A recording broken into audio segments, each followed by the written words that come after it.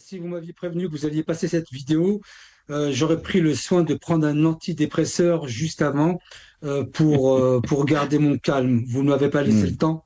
Tant pis, je vais donc tenter de garder mon calme et construire ma réponse de la manière la plus calme possible, même si je dois vous avouer que c'est très très difficile.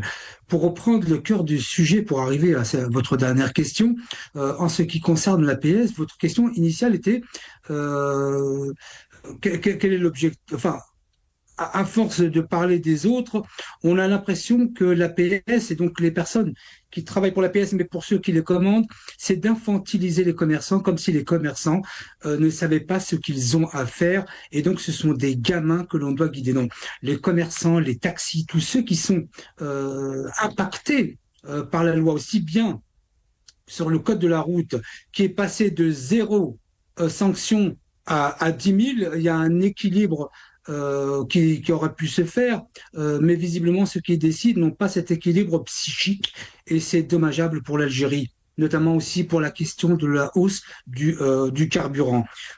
J'aimerais simplement dire que il va falloir à un moment donné qu'on cesse ces invectives à destination. Et c'est pas l'habitude de dire cela, mais parce que c'est une Hmm. réalité d'à chaque fois de venir chercher l'ennemi en France, au Maroc, au Canada. Ça voudrait dire que les politiques algériens, notamment celui qui me fait mal à la tête, Moundir Boudel, je ne sais pas comment il s'appelle, ne seraient Hmm. responsables en rien de ce qui se passe. C'est-à-dire que ce seraient non pas des responsables politiques, mais des irresponsables politiques.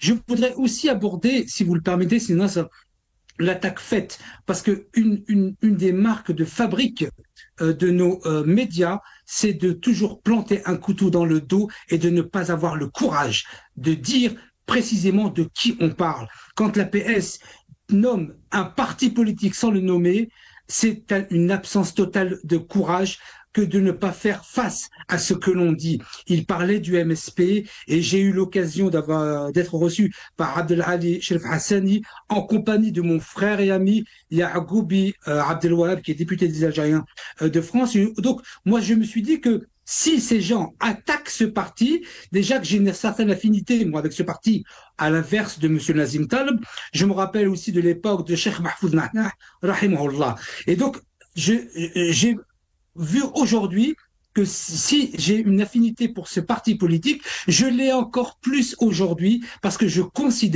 l'ai considéré, mais aujourd'hui je considère plus encore que s'il y a un seul parti d'opposition, un seul parti d'opposition, c'est bien le MSP. Qu'a fait le MSP? Il n'a fait qu'être le porte-voix de Hmm. millions d'Algériens qui s'élèvent contre ces lois et on voudrait le criminaliser parce que les autres partis politiques, notamment le Hmm. RND, d'ailleurs qui ne vaut rien, il n'est même pas reçu par le président de la République, font que, bah, en tout cas, on marche sur la tête. Je vais m'en arrêter là, le temps de me calmer, puis je reviendrai.